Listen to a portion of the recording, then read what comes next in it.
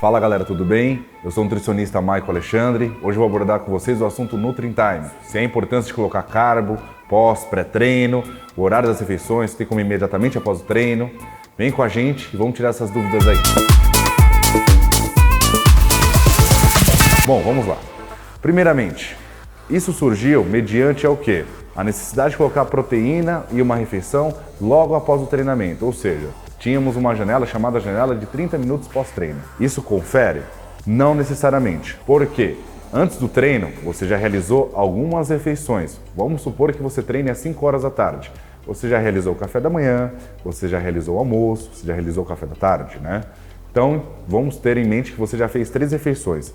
Dentro dessas 6 refeições, acredito que você também tenha consumido proteínas e, dependendo do objetivo, carboidrato em todas elas. A gente observa que a gente já está liberando aminoácidos desde a primeira refeição, porque a gente acaba consumindo proteína junto com outros alimentos que retardam a absorção das proteínas. Então a gente já tem a liberação dessas proteínas durante todo o dia. E quando você treina, obviamente que seu corpo ele tem uma necessidade maior de ter esse aporte proteico, obviamente porque ele teve umas lesões durante o treinamento. Então há uma necessidade maior. Porém, quando você espera um pouco mais de tempo para fazer a refeição, ou seja, 2 horas, ou quando você consome imediatamente após a refeição, em torno de 20 a 30 minutos, não há diferença no ganho de massa muscular no final das contas, certo? Porque o importante não é somente a refeição pós-treinamento, mas todas as refeições que você vai fazer durante o dia, que é o que equivale ao quê? A demanda calórica de carboidrato e de proteína. E aplicação de carboidrato pós-treinamento. Há diferença se eu colocar carbo com proteína ou carbo sem proteína? Obviamente que o carboidrato, nós sabemos que ele é importante tanto para poupar proteína, né?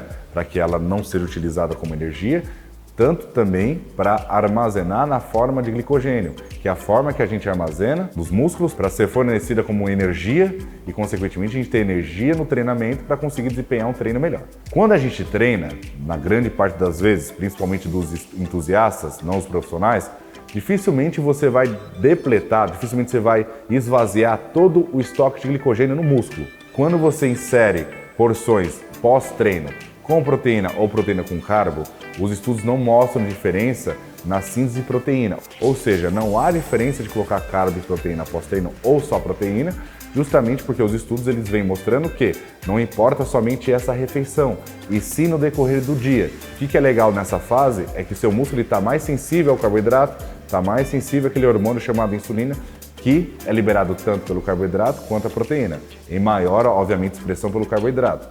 É uma fase legal para até você colocar um carboidrato de mais alto índice e carga glicêmica, ou seja, tu quer colocar um doce pós-treino, é um momento interessante porque ele vai ser melhor aproveitado tanto para ser oxidado como energia, quanto também para ser armazenado na forma de glicogênio e menos ainda para influenciar no processo de ganho de gordura. Então esse é um momento legal para colocar um carboidrato com maior índice e carga glicêmica. O que pode ser interessante a colocação do carbo nesses horários pós-treinamento é justamente caso você vá treinar no outro dia bem de manhã, o que vai agregar uma reserva energética mais interessante, ou se você faz 2 treinos no dia.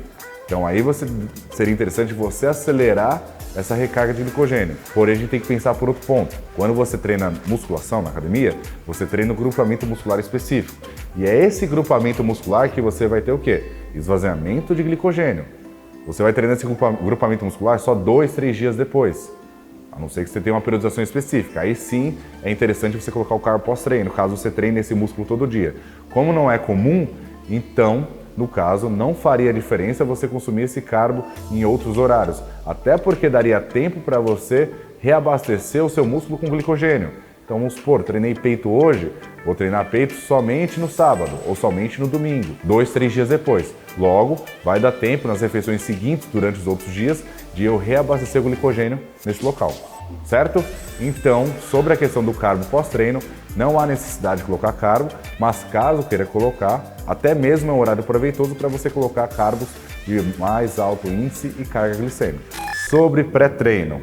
Primeiro ponto, seria interessante a gente dar um intervalo legal entre a refeição pré-treino e o treino, para não ter desconforto na digestão durante o treino. Então, uma média de 2 a 3 horas. 2. Essa refeição pré-treino não necessariamente vai impactar no seu treinamento.